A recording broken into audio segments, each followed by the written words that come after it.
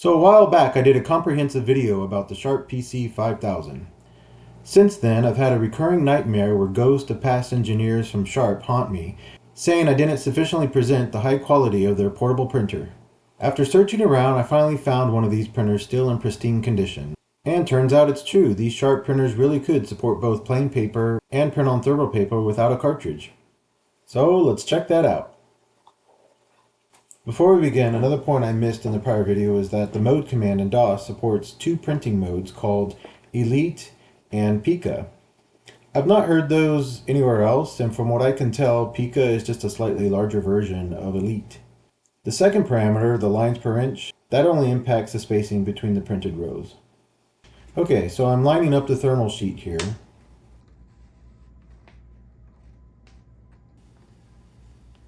And I'll remove the print cartridge. Now I issue a command for the directory output to go to the printer. This is using that larger Pica mode style. I don't really want to call it a font, but I guess we can think of it like that.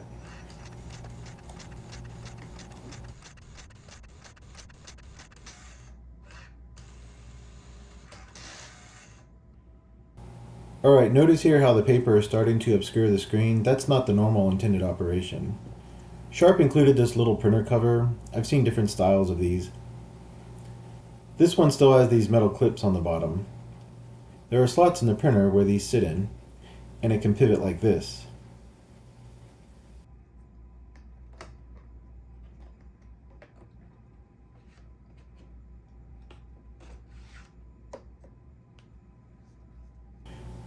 Or normally, before starting the print, you leave it down like this.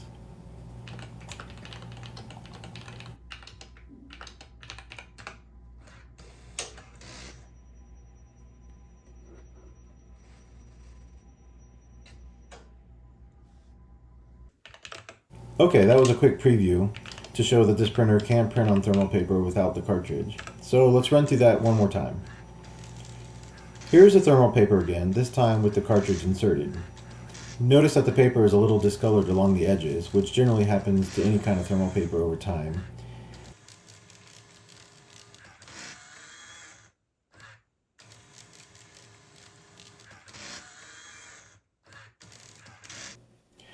Okay, now I remove the print cartridge like I did earlier, and in DOS I just press F3 and issue the same print command again.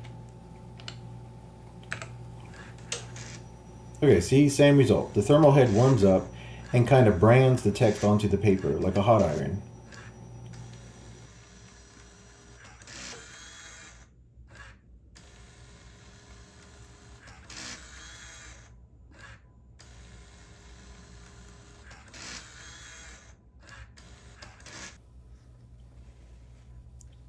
I'll just repeat that print one more time here.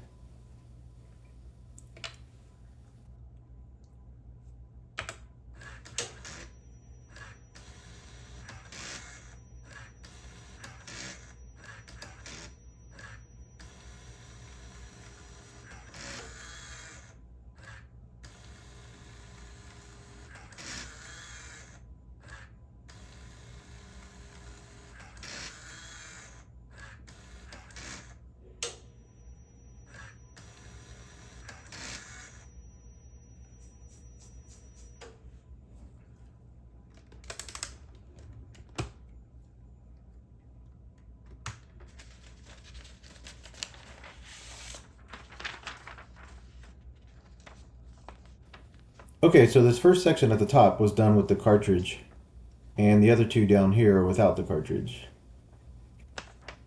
They all look identical to me.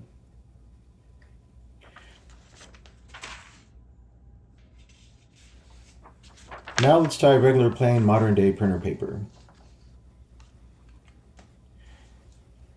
On video here, it may be hard to see the difference. This particular sheet of thermal paper on the left just came out of its sealed package, so it's still in good shape. Mainly this kind of paper has a slight sheen to it. Alright, let's try that plain paper in this pristine printer.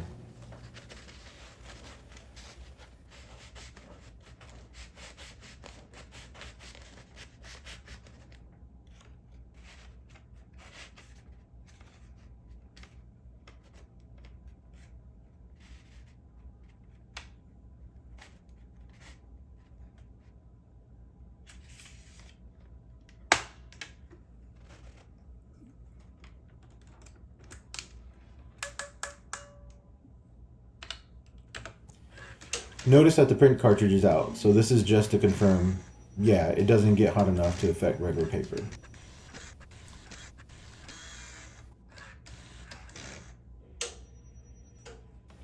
Alright, I'll pop the cartridge back in and reset the paper here.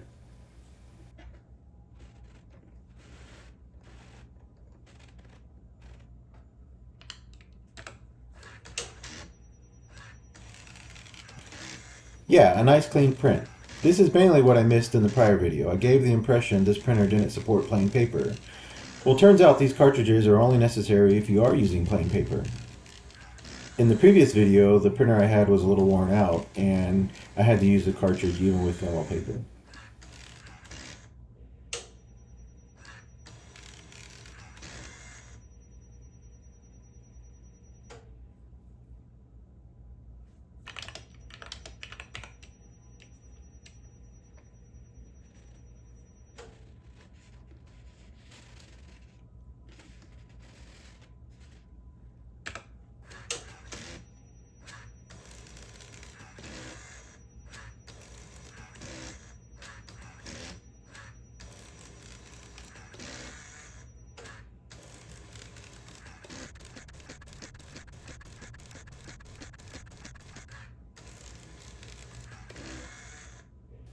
In pristine condition like this, the print quality is actually pretty good. Maybe not quite laser quality, but for an early 1980s portable printer, that's fairly professional looking. I did notice here, when printing on thermal paper, it's hard to see, but it does leave a little streak along each printed row. Here's the two prints side by side with the plain paper on the left and thermal print of the same directory listing on the right. Alright, to wrap things up, here's an example I did using the system's graphics mode, which is just a special character set that activates when you press Ctrl 1. Okay, so there it is. Now those ghosts of sharp engineers can rest easy knowing their efforts have now been better presented. Thanks for watching, y'all.